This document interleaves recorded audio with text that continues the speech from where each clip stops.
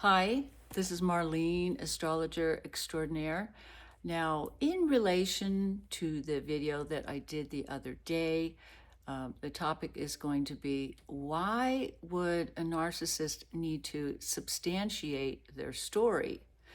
Well, you don't need to substantiate your story because you're not the one creating a yarn about it. You're not the one lying about it.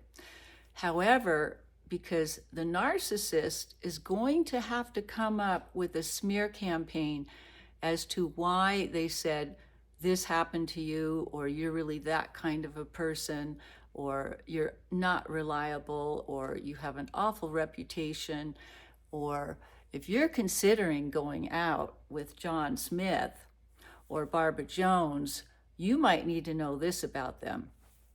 So the reason I'm going into this is because it's a lie. So when they start the smear campaign with you, they have to come up with a backstop, a story to substantiate why you're this way or that way, or you turned into a drug addict.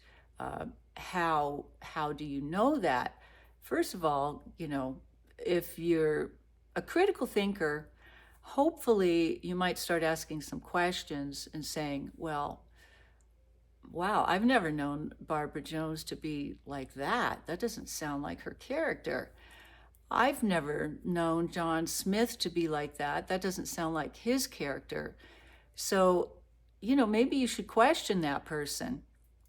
Ask them a few questions. Well, how are you arriving at that conclusion? How long have you known them? Well, wait a minute. I've known Barbara for like 10 years. I've known Barbara for longer than that.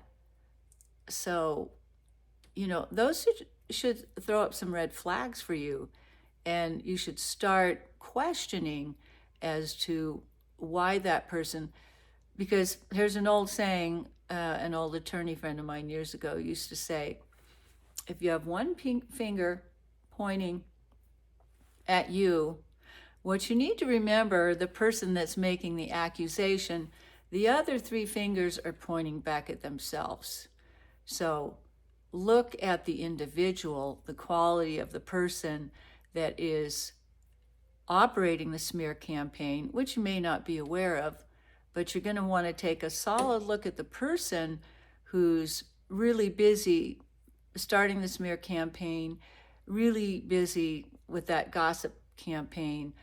Maybe they got a whole community or a whole coven of people to follow suit with that, as that happened to me for one particular person. Sometimes they feel like they have to get a whole group of people around them because they're not able to pull it off by themselves. The other thing, the reason a narcissist has to do that is because they're really, really internally very insecure people.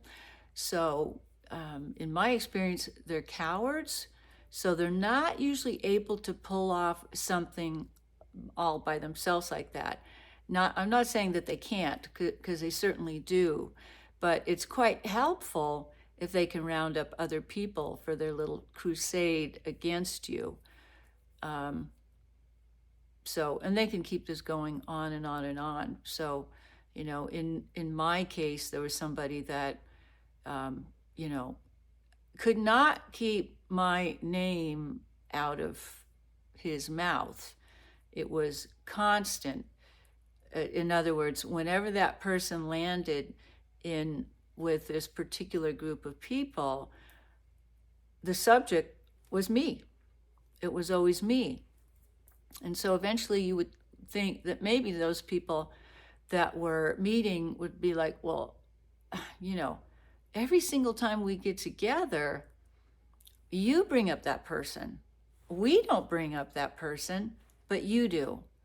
So if you're seeing somebody that's doing that continuously, just saying, always bringing up a particular person's name when that's not even the subject at hand, you may want to question their motives.